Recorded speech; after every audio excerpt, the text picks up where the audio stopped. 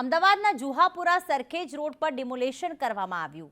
ગેરકાયદેસર બાંધકામ પર ડિમોલેશનની કાર્યવાહી કરવામાં આવી તો કોર્પોરેશન દ્વારા ડિમોલેશનની કાર્યવાહી કરાઈ। મહાનગરપાલિકા અને પોલીસની ટીમની હાજરીમાં આ ડિમોલેશન કરવામાં આવ્યું હતું। आज જે ડિમોલેશનની કામગીરી ચાલી રહી છે ધોળકા સર્કલથી અંબર ટાવર સુધી સરખેજ પોલીસ વિસ્તારમાં ચાલી રહી છે। એમાં નેશનલ હાઈવે 47 ઉપર જે દબાણ હતું એ દબાણ હટાવવાની કામગીરી કરવામાં આવેલ છે। એમાં ટોટલ 4 નાની મજાર હતી, એક નાનું કબ્રસ્તાન હતું એ હટાવવામાં આવ્યું છે અને એએમસી દ્વારા એક નાનું મંદિર હતું એ હટાવવામાં આવેલું છે। તમામ દબાણો હટી ગયા છે અને શાંતિથી બંદોબસ્ત ચાલુ છે।